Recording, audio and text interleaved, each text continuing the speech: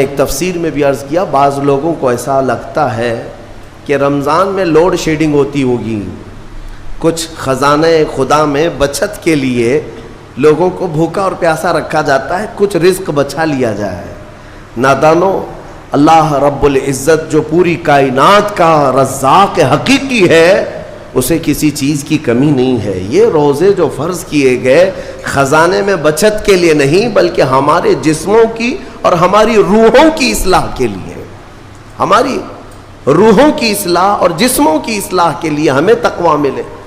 میں آپ کو بتاتا ہوں، ایک سوال میں آپ سے پوچھتا ہوں، آج رمضان میں یہ بہت ضروری ہے، کیونکہ رمضان ہونے کے بعد بھی سب کو پتا ہے کہ چاند دکھتے ہی اللہ شیطانوں کو قید کر لیتا ہے، یہ سب کو پتا ہے۔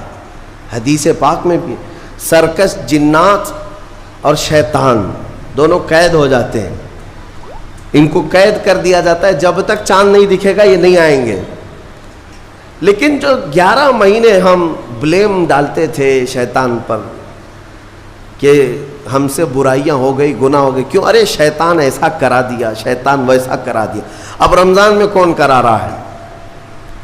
شیطان تو ہے نہیں، پھر فجر میں سوتا کیوں ہے؟ بغیر نماز پڑھے ٹانگ پھیلائے ویسی نماز قضا کر رہے۔ کون سا شیطان تمہیں سلایا؟ ابھی تو شیطان ہے نہیں۔ ابھی بھی بہت سارے لوگ چوری کا کھانا نہیں چھوڑتے، بہت سارے لوگ جھوٹ، دغا، غیبت یہ رمضان میں بھی نہیں چھوڑتے۔ تو یہ ان کو کون سا شیطان کروا رہا ہے؟ کون سا شیطان یہ برائیاں کرواتا ہے؟ اس کے جواب کے لیے ایک چیز سمجھنا ضروری ہے۔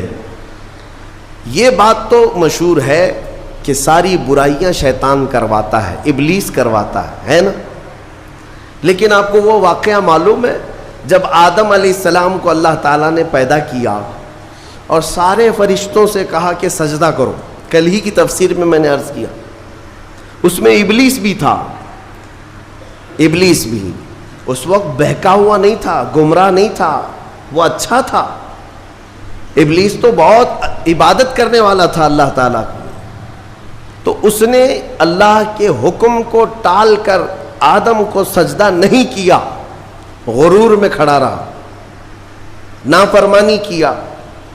تو اب میں یہ سوال کرتا ہوں کہ ہر ایک کو گمراہ کرنے والا شیطان ہے، تو شیطان کو کس نے گمراہ کیا تھا؟